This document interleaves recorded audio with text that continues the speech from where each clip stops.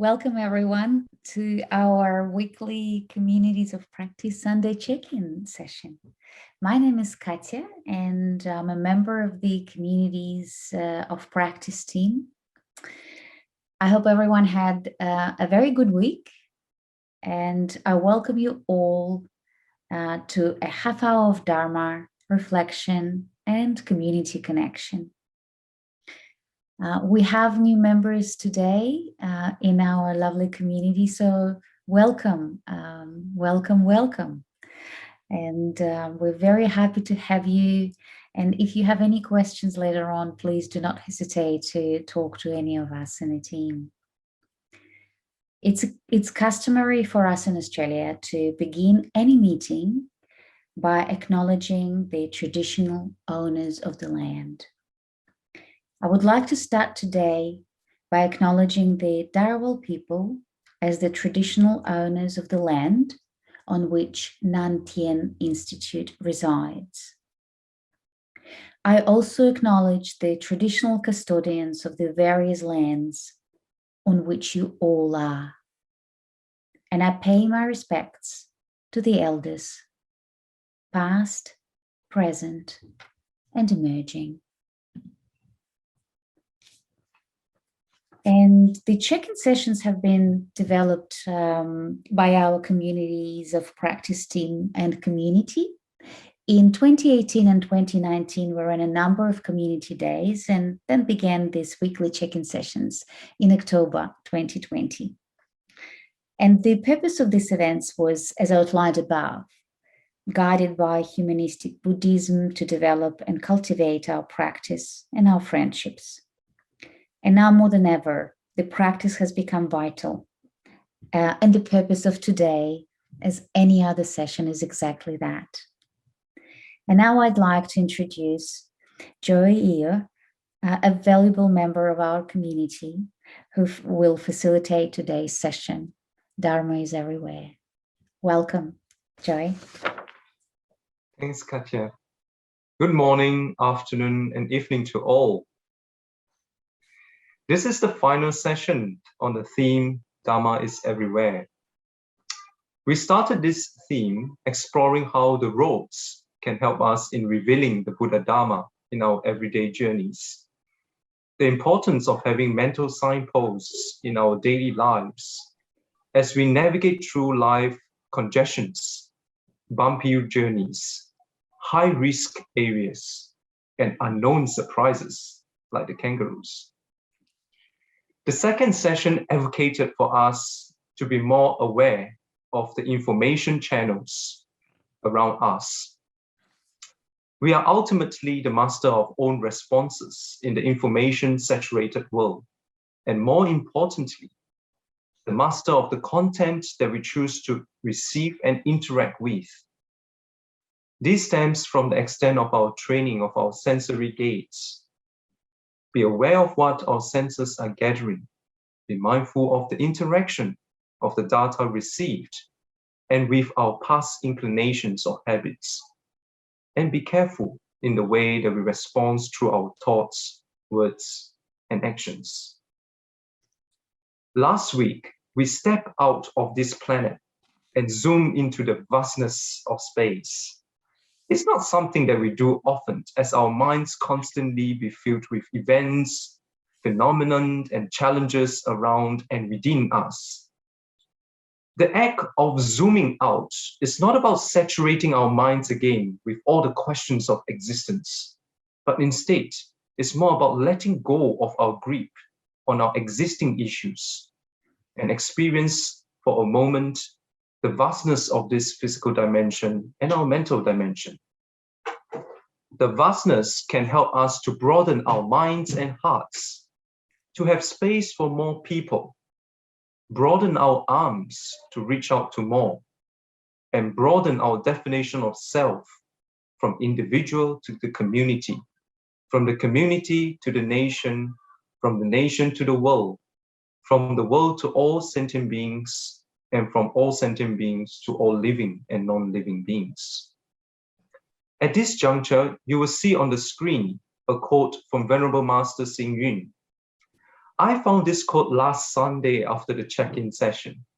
While my girls were participating in the Children Buddha Dharma class at EU Temple in Melbourne, Venerable Jeru requested that I bring down the book titled 365 Days for Travelers, written by Venerable Master Xing Yun, and encouraged parents to read it. So I opened and read, and tada, found this quote resonated with the theme. Quote, while most people pursue wealth and fame, they need to know that a beautiful life with a broader vision can be attained by enjoying instead of possessing. For example, although I do not own the mountains, rivers, lands, flowers, and trees, I can still wander through them in a carefree manner. Is this not happiness?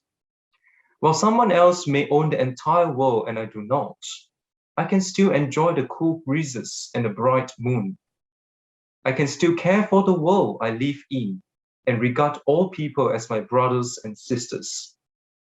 To be able to enjoy the entire universe and the vast emptiness makes my world bigger and broader than owning a town, a city, a country, or immeasurable wealth. Hence, life is not about the pursuit of what we can own, because no matter how much we have, we can never satisfy our own greed.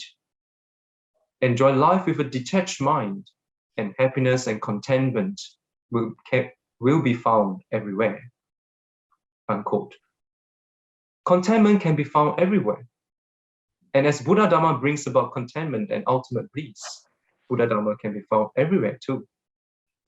And now, let us all spend the next few minutes thinking about this quote in our usual check-in session as we prepare our thoughts and words for the later discussion on Dharma is everywhere. Firstly, be aware of our sitting posture. Is it comfortable for you?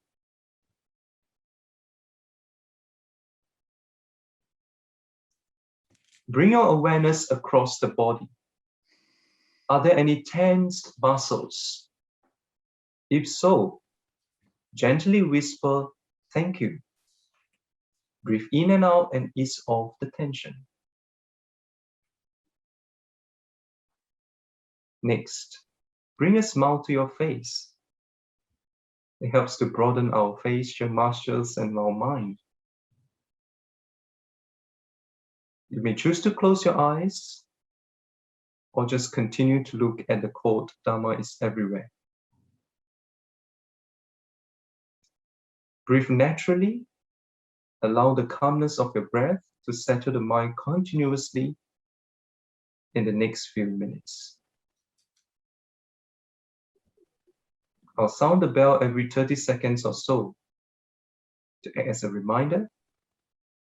If it is a distraction to you, you could lower the volume in the time being.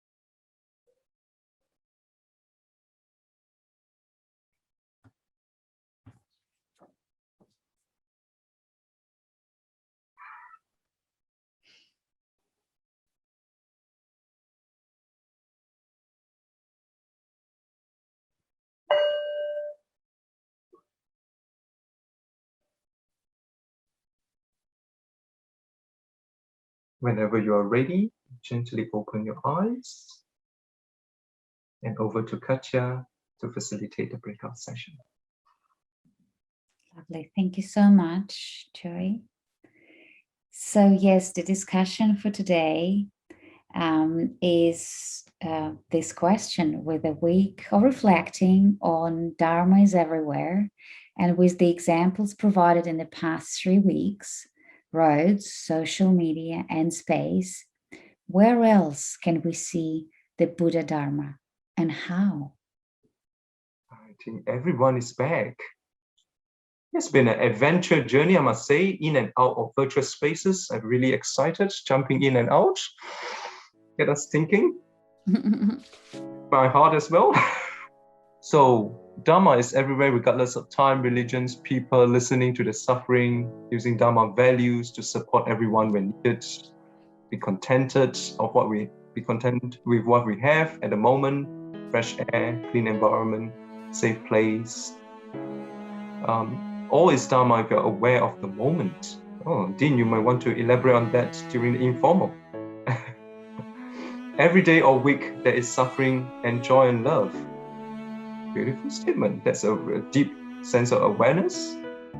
And be mindful of that. It's good. Seek Dharma in simplicity, right good thoughts, right speech, right action in everyday life with discipline. The seasons, winter, autumn, summer, spring, teach us that everything goes through cycles. I got to learn that really well instead of complaining the cold. Dropping complicatedness into simplicity of a moment.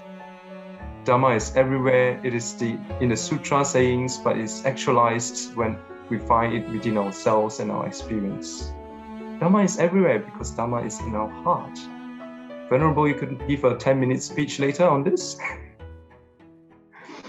Okay, so in view of time, please keep the quotes coming into the chat space. It will be converted to wonderful posters by our poster team. The ripples will be felt beyond our imagination. So let's sum up this session. Dharma is everywhere is not just a statement to be explored intellectually. It's a statement of advocating us to practice and cultivate everywhere, like what everybody is sharing in the message. It's a statement of advocating us to plant the seeds so that we all can continue to see the Buddha Dharma in our everyday lives. Like what William shared, the teachings of the Buddha can be found beyond the sutras, beyond the commentaries, beyond the words and language, beyond the community. They can be found in every dimension. And the key in unlocking them lies within us. So with this, let's look forward to many more months of unlocking this key within us. Venerable Jue will be back in June to bring us through a series of exciting topics, taking refuge from precepts, and etc. We'll hear from her later at the informal discussion segment. In the meantime, don't forget to walk around the world now with a mind more appreciative that Dharma is everywhere. And for this week's dedication of merit, I would like to dedicate to all living and non-living beings around us and hope that they continue to be sources of inspiration and Dharma reflections for all beings. Over to Katya. Thank you so much, Jerry. Oh, here we go.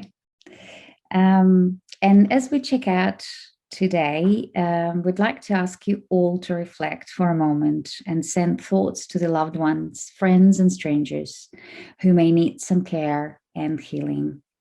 May they feel the warmth, strength, and love of this community as we recite the dedication of merits together.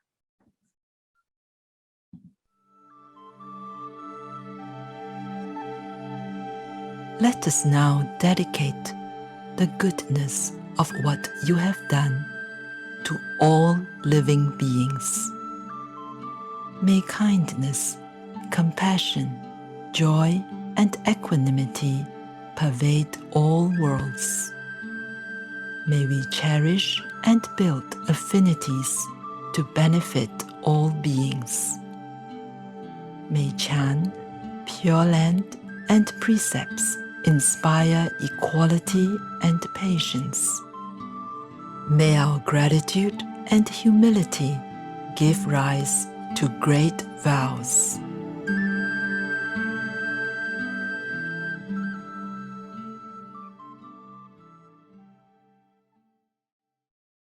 Thank you.